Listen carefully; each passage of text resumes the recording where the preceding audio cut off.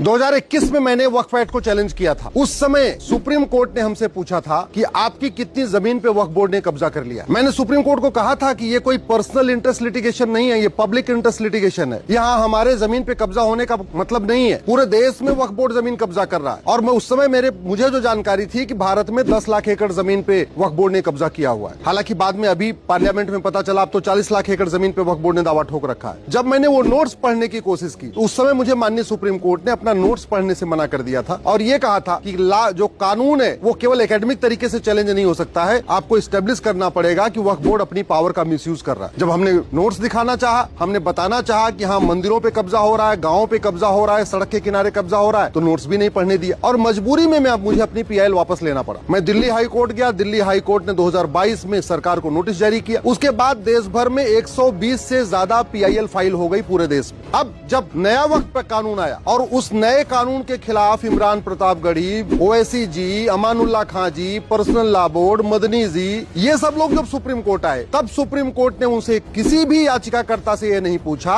कि आपके पूर्वजों ने कितनी जमीन वक्फ किया है और आपके पूर्वजों ने जो जमीन वक्फ किया है उसमें से कितनी जमीन सरकार ने इस कानून को उपयोग करके वापस ले ली। हमसे पूछ रहे थे कि वक्फ बोर्ड ने आपकी कितनी जमीन पे कब्जा कर लिया। और जब दूसरी तरफ आज ओवैसी जी और बाकी लोग कह रहे हैं कि सरकार सारी जमीन ले लेगी, सरकार